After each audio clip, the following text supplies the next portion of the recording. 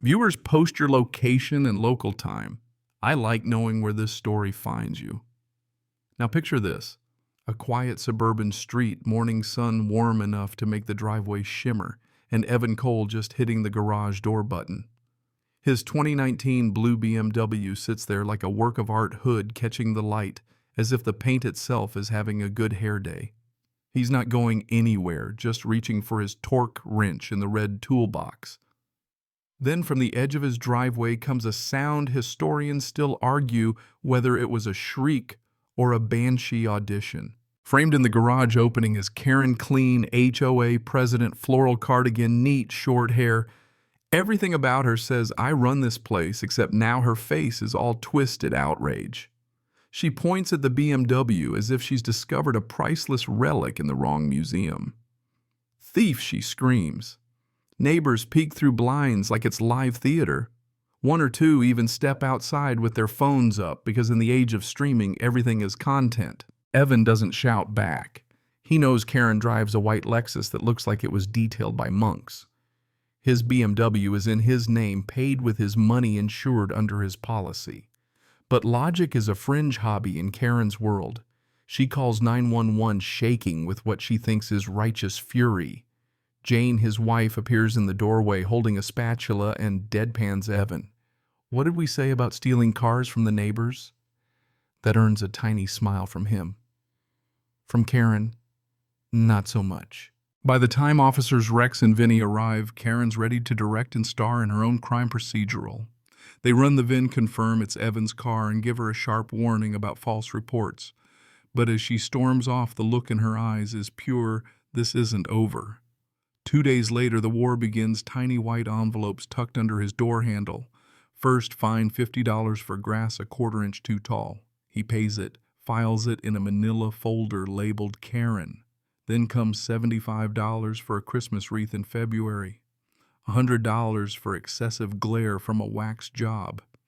It's absurdist comedy, except it isn't funny anymore. Soon, the fines pile up like bad sequels, and Evan realizes she's probing, testing how much he'll take before breaking.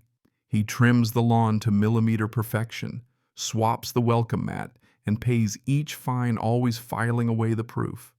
On the outside, he's calm. On the inside, he's cataloging her missteps. Then in the glow of his laptop one late night, he shops for cameras, doorbell, floodlight, even a couple hidden. If Karen wants a war of paper, he'll counter with one of pixels. She thinks she's the only one watching. She's wrong.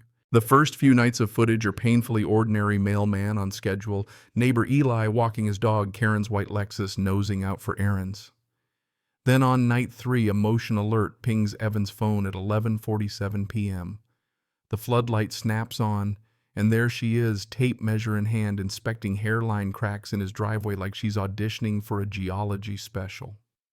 A week later, another alert daylight this time shows her in her own yard binoculars fixed on his BMW.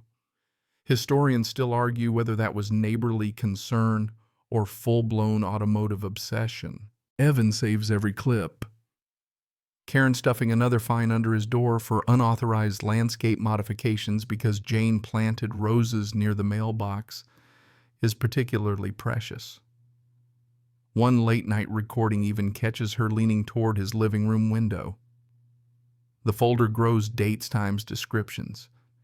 Jane watches the evidence with him, her amusement giving way to a flat, she's unhinged. Then comes the big one. Midnight meeting on the street, Karen and a broad-shouldered man in dark coveralls stand in the shadows. She points at his garage. They shake hands. The man drives off in a beat-up sedan. Evan's stomach knots. This isn't another petty fine, this is a plan. 2 nights later at 2:13 a.m., his garage cam triggers.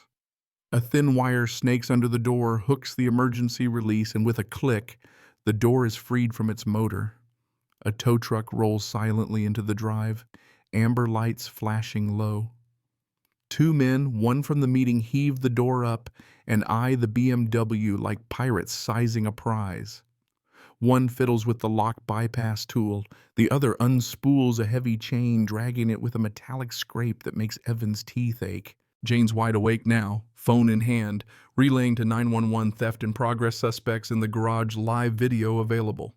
Evan records the feed separately. Redundancy is his love language. The hook latches, the winch groans, the BMW shudders backward. But before they can finish, sirens slice through the night. Rex and Vinny's cruisers swing in headlights, pinning the tow truck like prey in a spotlight. Guns low, voices firm, they order the men out. And then right on cue, Karen arrives in her Lexus silk robe, and all waving a paper she calls an emergency removal order authorized by the HOA. Vinny calls it what it is: burglary and attempted theft. Evan steps outside, phone raised, offering video of her meeting with the thug of every fine, every trespass. Karen's mask slips to venom. Rex warns her she's one step from being an accessory to felonies. She leaves in a squeal of tires, but Evan knows she won't quit. That's when the real plan forms, not just to defend his car, but to dismantle her power entirely. He'll need allies. A week later, the clubhouse hums with folding chairs, lukewarm lemonade, and the particular electricity of neighbors pretending they're not here for drama. Karen works the podium in Power Red Henderson, and Gable doing their best impression of decorative ferns. When she rushes new business, Evan stands calm as a librarian with a secret. Ms. Ito cues the projector, which fun tidbit descends from the 17th century magic lantern entertainers used to stage ghost shows. Historians still argue whether those phantoms were special effects or just over-caffeinated monks. Slide 1, the BMW sparkling like it paid its own taxes.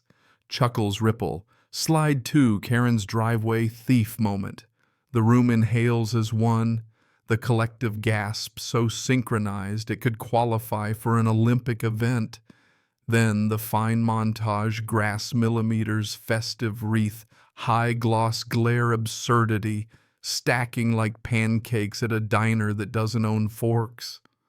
Laughter turns to stillness when the binocular clip hits the screen. A neighbor whispers, "That's a lot of zoom." Evan keeps the tone surgical, not scorched earth. The tow truck video rolls, chain scrape, garage lift, winch, groan. You can feel the audience leaning forward the way people do when a coin balances on its edge. Karen lunges to reframe it as an authorized emergency removal, waving paper like a sorcerer without spells. Mr. Alvarez punctures the balloon with numbers padded, landscaping, cash withdrawals, maiden name shell vendor. It's a budget that squeaks so loudly even the ferns look offended.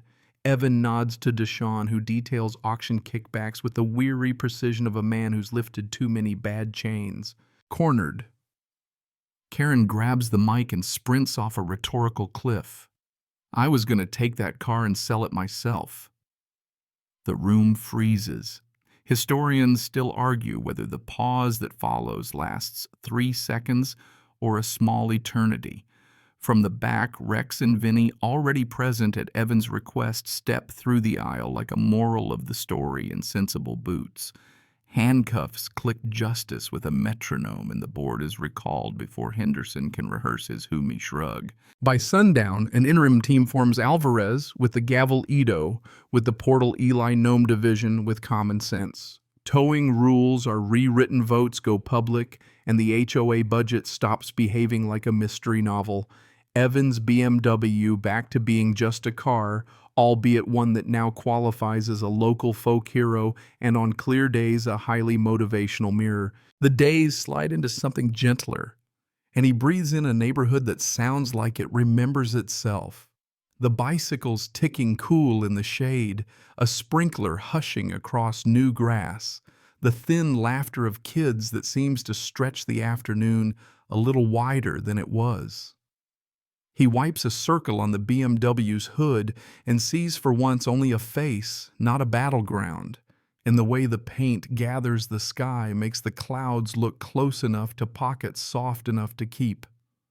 Streetlights blink in one by one like calm thoughts arriving late and welcome, and the clubhouse windows glow in a smaller, friendlier way than before, as if a house learned how to smile without baring its teeth.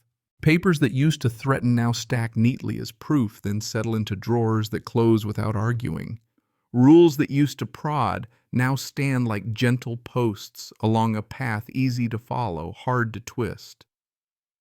He hears a door open and the good scrape of a chair being pulled across a porch. He hears the evening decide to be kind. Eli's gnome gets its medal, and somehow even the roses by the mailbox look less like evidence and more like flowers again. He takes Jane a glass of lemonade, and they stand there longer than they need to because it feels right to practice quiet, to let it grow tall enough that nobody is tempted to measure it.